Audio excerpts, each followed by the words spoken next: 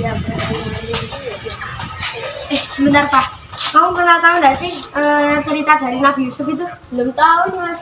Dan kalau belum tahu, ayo kita dengarkan cerita dari guru kita di YouTube Selawasan. Ayo. Ayo. Bismillahirrahmanirrahim. Assalamualaikum warahmatullahi wabarakatuh. Wabi nasta'inu ala umuri dunia waddin. Wassalawatu wassalamu ala asrofil anbiya'i wa mursalin Sayyidina wa maulana Muhammadin wa ala alihi wa sahbihi ajma'in amma ba'du. Rabbi shrahli sadri wa yassirli amri wahlul 'uqdatam min lisani yafqahu qawli. Anak-anakku yang sangat saya sayangi, marilah kita panjatkan puji syukur atas kehadirat Allah Subhanahu wa taala, atas limpahan rahmatnya kita masih diberi kesehatan dan waktu luang untuk beraktivitas pada hari ini. Salawat serta salam semoga tercurahkan kepada junjungan kita Nabi besar Muhammad SAW, kepada keluarga beliau, kepada sahabat beliau. Semoga Allah senantiasa meridhoi kita bersama mereka. Anak-anakku sekalian yang berbahagia, hidup ini penuh dengan perjuangan, penuh dengan rintangan. Semua yang kita jalani ini sudah diatur oleh Allah. Dan semua tahapan dalam hidup ini akan menjadikan kematangan kepribadian kita. Kita lihat bagaimana Nabi Yusuf alaihissalam sebagai seorang nabi yang dikaruniai oleh Allah.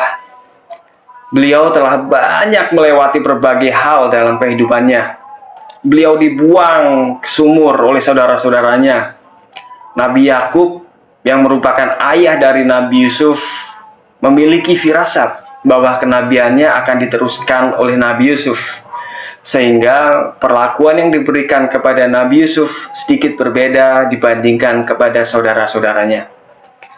Hal ini yang membuat saudara Nabi Yusuf cemburu karena Nabi Yakub memberikan perhatian yang lebih kepada Nabi Yusuf.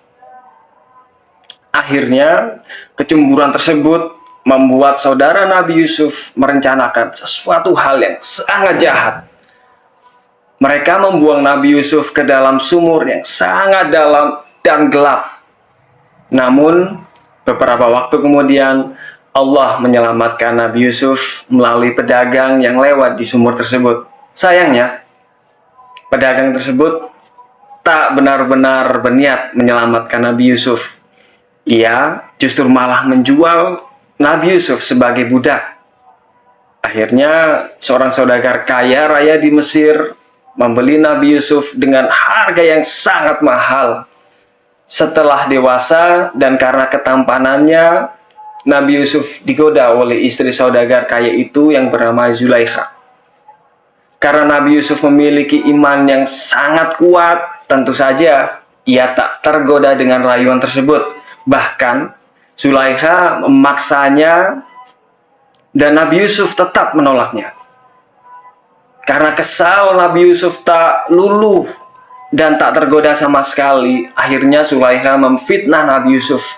Ia menceritakan kepada suaminya bahwa Nabi Yusuf menggodanya.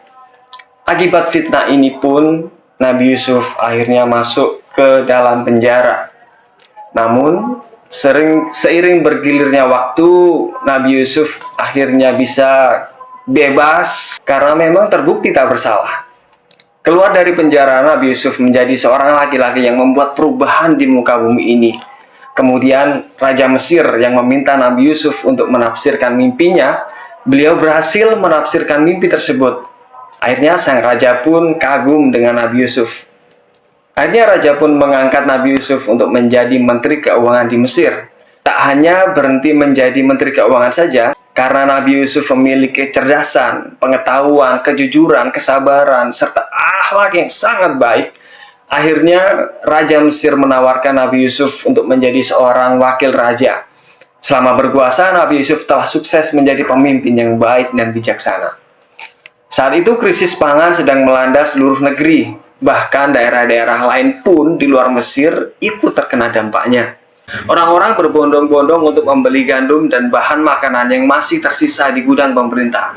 Salah satu dari rombongan tersebut ternyata merupakan saudara-saudara Nabi Yusuf yang dulu membuangnya ke sumur. Karena memiliki hati yang tegar dan tulus, tak ada sedikit niat pun yang terlintas dari Nabi Yusuf untuk balas dendam kepada saudara-saudara Yusuf. Anak-anakku yang berbahagia, hidup ini adalah perjuangan. Kalau kita mendapatkan cobaan, kita lihat Nabi Yusuf yang telah dibuang ke dalam sumur oleh saudaranya, dijual, dijadikan budak, difitnah oleh Zulaikha hingga masuk ke dalam penjara. Jadi intinya kita harus bersabar dalam menghadapi semua yang terjadi. Ketika kita bersabar, Allah mengatakan wabasyiris sabirin, berikanlah kabar gembira untuk siapa? Untuk orang-orang yang bersabar. Dan mereka pun jika terkena musibah langsung mereka ingat kepada Allah, kepada Sang Pencipta. Innalillah, kita tuh milik Allah, wa inna ilaihi raji'un, dan kelak kita akan kembali kepada Allah. Mari kita belajar dari Nabi Yusuf untuk terus bersabar dalam menjalani hidup ini. Sekian dari saya, semoga bermanfaat. Sampai jumpa lagi di lain kesempatan. Assalamualaikum warahmatullahi wabarakatuh.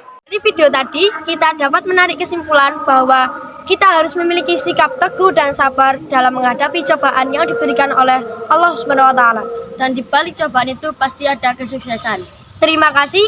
Wassalamualaikum warahmatullahi wabarakatuh.